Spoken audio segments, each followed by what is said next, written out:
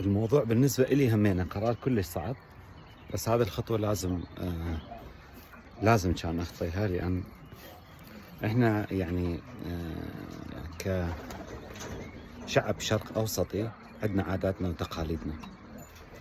هنا اللي صار يعني بأوروبا اللي يصير طبعا مجتمعنا ما يتقبل هيك الشغلات، فأني يجوز الجماعة شوية زعلوا من عندي، بس أنا لازم أحافظ على أخلاقنا وعاداتنا وتقاليدنا. اليوم خطينا خطوة كلش جبارة. تفضلوا ويانا.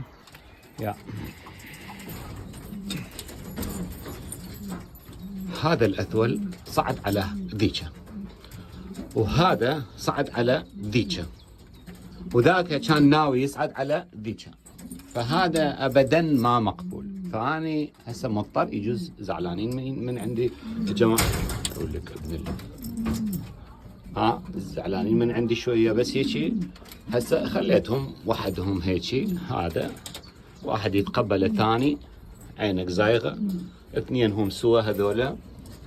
شو هذا؟ ما أعرف هذا ابن منو، الله يعرف. هذا اليوم طلع هسه هذا ابن منو ما أعرف.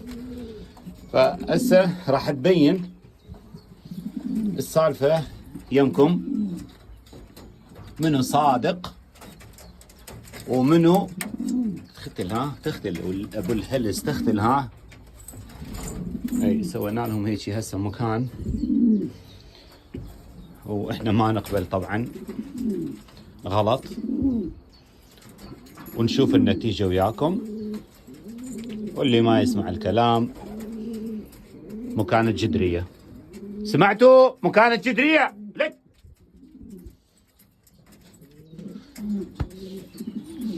يلا يا جماعة، فيها الخير إن شاء الله.